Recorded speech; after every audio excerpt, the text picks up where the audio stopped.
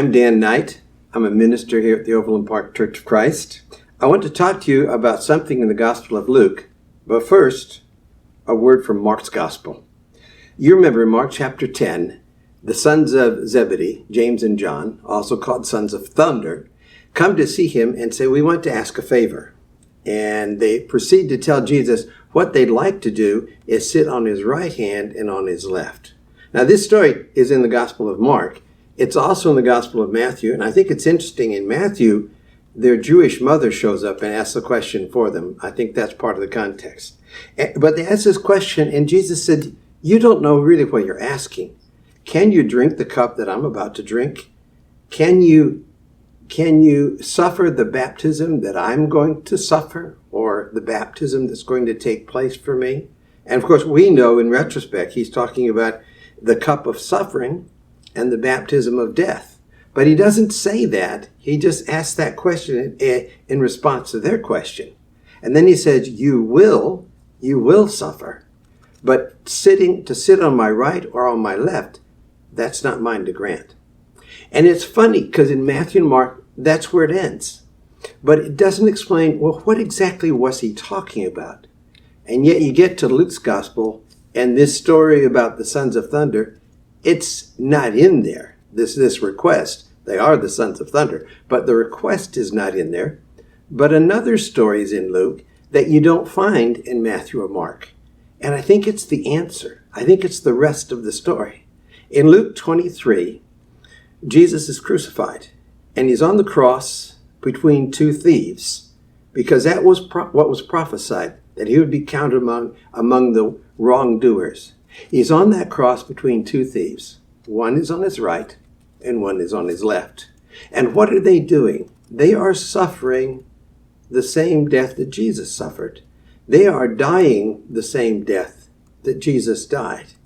And the picture that I think we should get there is this is what Jesus was talking about his followers.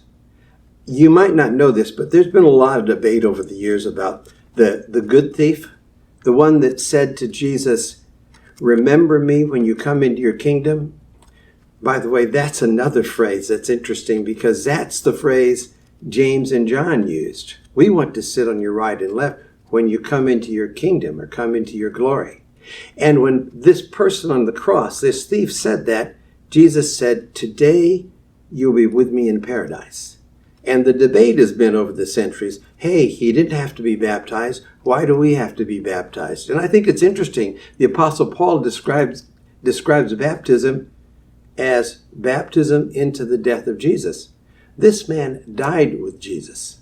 But now we come to the idea of communion. And we come to the idea of the cup that we take at communion. We talk about it as a cup. It represents the blood that he shed. But I think it's more than that. When we drink this cup, we are drinking the cup of suffering. And if there's one thing universal to mankind, it's suffering. It happens to you and it happens to me. It happens to us on a weekly basis. We suffer through some weeks more than others. And when we drink this cup, in a sense, it's also the cup of our suffering. And as we drink it together with a group of Christians, with our Christian family, it becomes different. It goes from being just a cup of suffering to what Paul calls a cup of blessing. And so we find in this cup Jesus' humanity. He identifies with us. He suffers with us. He suffers for us. We suffer and we identify with his suffering. But in taking the cup, we identify with his new life, the resurrection, the life that was promised, and it's a cup of blessing. And the bread itself also becomes bread of life, whereas it symbolizes spiritually the body, the human body that Jesus died in. So death surrounds us at this table, but life also surrounds us. And as we move through this on a weekly basis, it's a comfort to know that we're not the only ones who suffer. And it's a comfort to know that there is life after death. And there's a comfort to know that this is what Jesus was giving to us, a place on his right and on his left in the kingdom. May God bless you as you drink from this cup.